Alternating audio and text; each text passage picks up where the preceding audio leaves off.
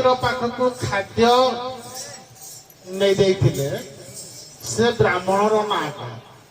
ସାରଳା ମହାଭାରତ।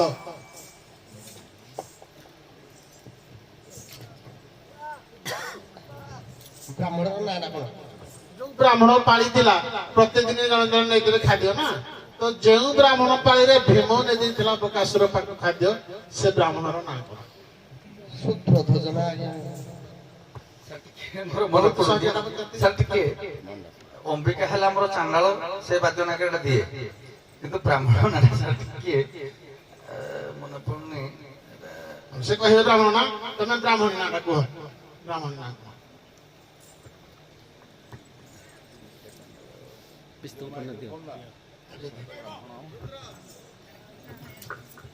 ପଦ୍ମାବତୀ।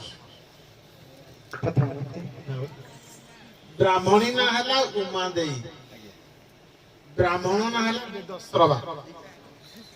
ନାଇଁ ହଉ ତମେ ଯୋଗୀ ମାନେ ଯାଅ।